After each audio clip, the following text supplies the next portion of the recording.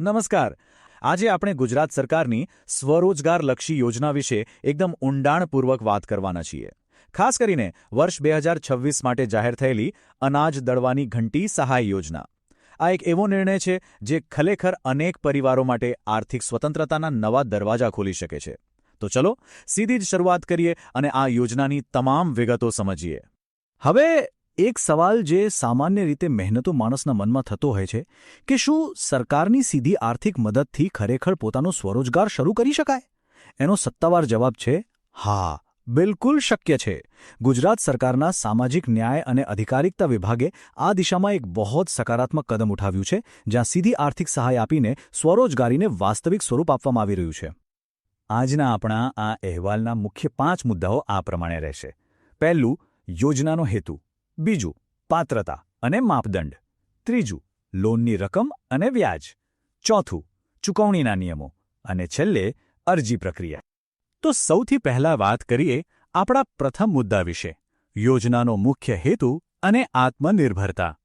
ગુજરાત અનુસૂચિત જાતિ વિકાસ નિગમ એટલે કે GSCDC લોકો પોતાનો સ્વરોજગાર શરૂ કરી શકે તે માટે ફ્લોર મિલ એટલે કે અનાજ દળવાની ઘંટીનો વ્યવસાય શરૂ કરવા ધિરાણ સ્વરૂપે લોન આપે છે.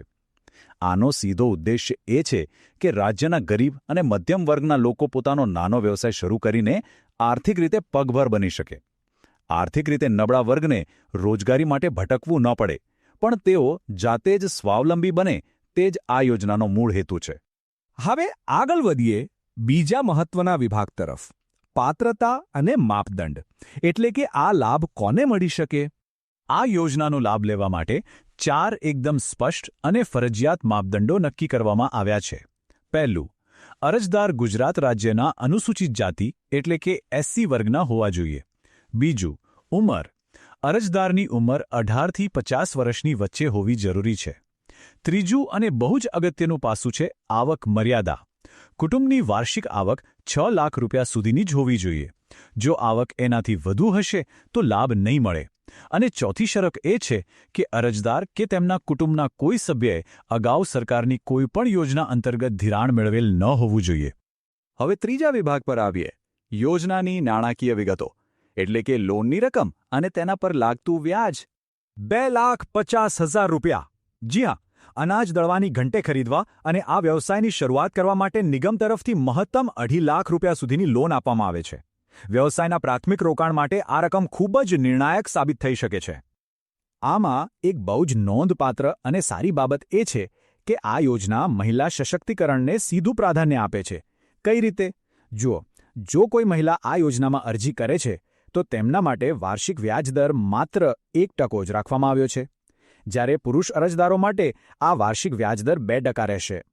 આ તફાવત સ્પષ્ટ દર્શાવે છે કે સરકાર મહિલાઓને આર્થિક નેતૃત્વ તરફ આગળ આવવા માટે વિશેષ પ્રોત્સાહન આપી રહી છે. હવે વાત કરીએ ચોથા વિભાગની, લોન લીધા પછી ચૂકવણીના નિયમો અને શરતો શું રહેશે? 96. આ 96 માત્ર એક આંકડો નથી. નિગમ દ્વારા આપવામાં આવતી આ લોનની રકમ અને તેનું વ્યાજ કુલ 96 માસિક હપ્તાઓમાં પરત ચૂકવવાનું રહેશે.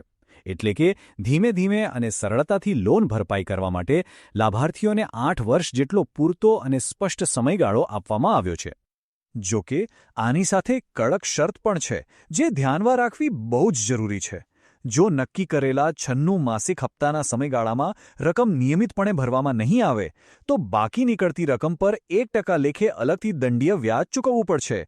આ નિયમ દર્શાવે છે કે આર્થિક શિસ્ત જાળવવી અત્યંત આવશ્યક છે, નહીંતર તમારો આર્થિક બોજ વધી શકે છે. તો હવે આવીએ આપણા 5મા અને અંતિમ વિભાગ તરફ, અરજી પ્રક્રિયા, સમયગાળો અને જરૂરી દસ્તાવેજો. આ યોજનામાં અરજી કરવા માટે સમય મર્યાદા બહુ જ અગત્યની છે.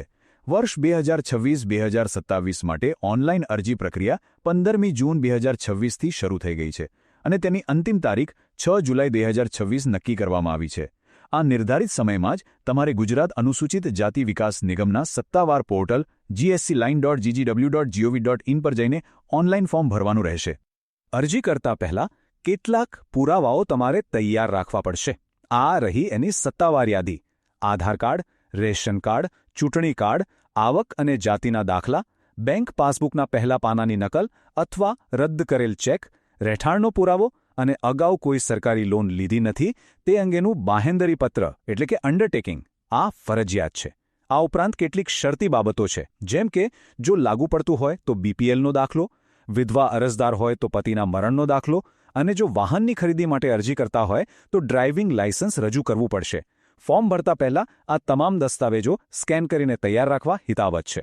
અહેવાલના અંતે એક બહુ જ ગંભીર અને વિચારવા જેવો પ્રશ્ન: શું આ સ્વરોજગારની તક ખરેખર કોઈ પરિવારની સંપૂર્ણ આર્થિક સ્વતંત્રતા માટેનું એક નિર્ણાયક પગથિયું બની શકે?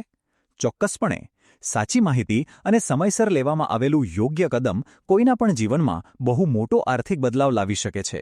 જો આ માપદંડો પૂર્ણ થતા હોય તો સત્તાવાર પોર્ટલની મુલાકાત લઈ આ યોજનાનો સત્વરે લાભ લેવો જોઈએ. આજના આ વિશેષ અને માહિતીપ્રદ અહેવાલમાં બસ આટલું જ. આવા જ અન્ય મહત્વના વિષયોના સ્પષ્ટ વિશ્લેષણ સાથે ફરી મળીશું. ત્યાં સુધી રજા આપશો. નમસ્કાર.